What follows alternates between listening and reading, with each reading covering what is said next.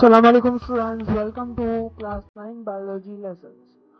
Our topic is introduction to biology. In the previous video we studied about divisions of biology. In this video we are studying about branches of biology. So let's start the lesson without wasting any time. So branches of biology. There are too many branches of biology, but we are studying only 3 branches of biology because if I will teach you all of the branches of biology, the video will be so long, so I don't want to you will watch the long video and you get bored. Just let's start. So there are three there and we are studying about 3 branches of biology, that is morphology, anatomy and physiology.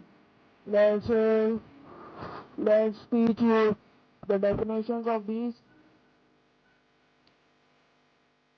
So what is morphology? Morphology is a branch of biology that studies the shape and structure of living things.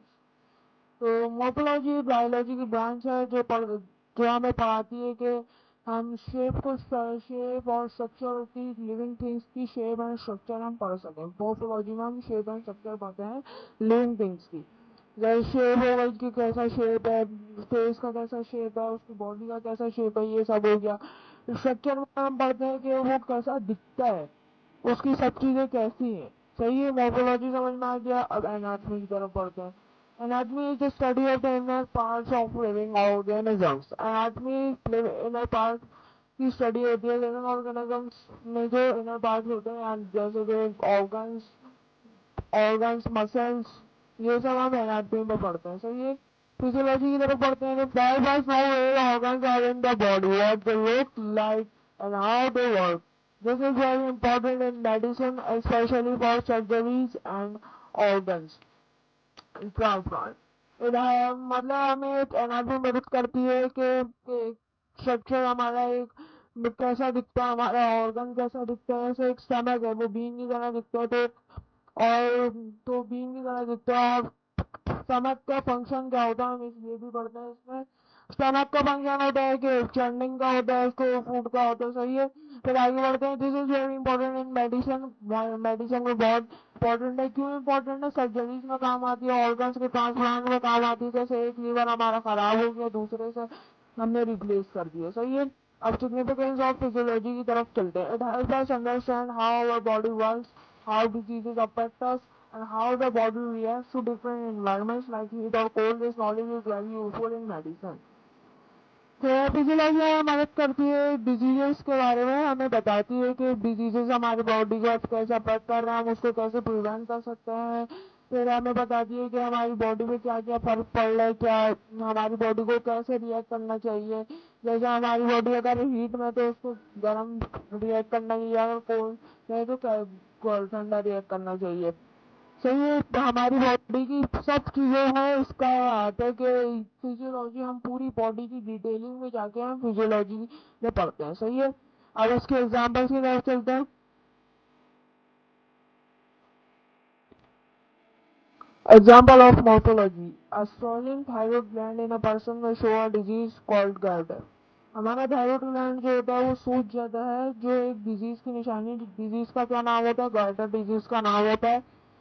जिसकी वजह से हमारा thyroid gland सूज जाता है। तो इसको सिर्फ identify करने के लिए मोर्फोलॉजी की हमें जरूरत पड़ती है। अब नेक्स्ट एग्जांपल की तरफ चलते हैं। येलो और pale leaves and slow growth in plants can show a lack of minerals. Yellow colour के हो जाते हैं लीव्स, आपने बहुत दफा देखा होगा। तो क्यों हो जाते हैं? क्योंकि उनमें लैक ऑफ मिनरल्स हो जाते हैं और स्लो ग्रोथ होती है, जिसकी वजह से लैक ऑफ मिनरल्स हो जाते हैं, उनकी स्लो ग्रोथ होती है, उसकी वजह से और येलो भी हो जाते हैं वो। सही है। तो सिर्फ ये आइडेंटिफाई करने के लिए मोर्फोलॉजी की जरूरत पड़ती है। सही है। अब एग्जांपल ऑफ एनाटॉमी की तरफ पढ़ते हैं। To transplant organs like the heart, liver और kidneys, doctor must first understand their structure and the position in the body. Transplant organ करने के लिए जैसे हार्ट और लीवर में कोई मसला हो गया, उनको चेंज करना पड़ेगा या ट्रांसप्लांट करना पड़ेगा। डॉक्टर डॉक्टर को पहले जानना चाहिए उनका स्ट्रक्चर कैसा है, उनकी पोजीशन कहाँ है, बॉडी की लोकेशन एंड स्ट्रक्चर जानना पड़ेगा। जब भी तो वो कर पाएंगे ना ट्रांसप्लांट। बिगैर नॉलेज की वजह से वो लीवर की जगह हार्ट को लगा दें तो ऐसा तो नहीं होगा ना। तो इसके लिए नॉलेज हासिल करने के लिए ट्रांसप्लांटेशन की एनाटॉमी की जरूरत पड़ती है। सही है। फिजियोलॉजी के लिए अब हम फिजियोलॉजी की तरफ बढ़ते हैं। Physiology is very important in medical and health sciences because it help us learn about diseases and how to treat them it better. Physiology बहुत इंपॉर्टेंस रखता है मेडिकल एंड हेल्थ साइंसेज में, क्योंकि वो हमें डिजीजेस के बारे में बताता है, डिटेक्ट करके बताता है, और उस एज वेल एज उसको बताता है कि कैसे हम उसको ट्रीट कर सकते हैं, उसको कैसे प्रिवेंट कर सकते हैं। सही है। तो ये सब हमें फिजियोलॉजी बताता है, इसलिए बहुत इंपॉर्टेंट लगता है मेडिकल एंड हेल्थ साइंसेज में। चलिए, अगर आपको समझ में आ गया होगा तो मैं आपको अभी कुछ प्रैक्टिस क्वेश्चन अवेलेबल प्रोवाइड कर रहा हूँ। तो ये तो जिसकी वजह से आप बहुत मदद होगी आपको। I hope you understand my lecture. So let's end this video. I will meet you in the next video. तब तक के लिए अल्लाह हाफिज।